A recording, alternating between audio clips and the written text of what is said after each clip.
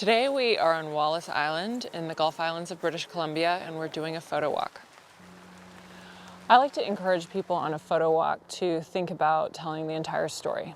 So when we come up to a subject, we walked up to this cabin that is just covered in all this amazing pieces of driftwood that different sailors have left over the years.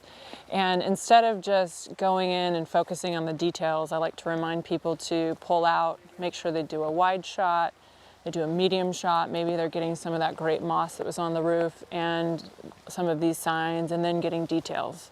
So they have a lot of variety to tell the story with. And then we also have other great subject matter here.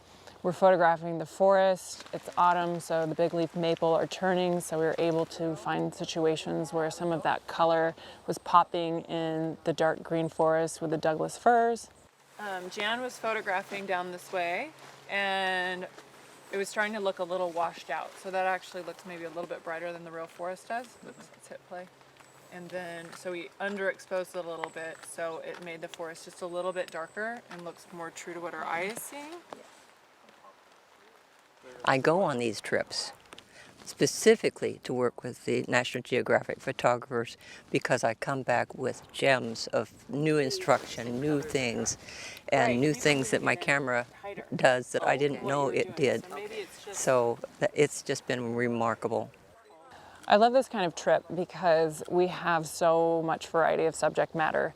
We have beautiful landscapes, we have the forest and all of the beautiful details of the vegetation and the undergrowth, but we have culture and we have wildlife. There's no end to the amount of photographic opportunities we have and all of the different skills that we can learn along the way to improve our photography during this voyage and into the future.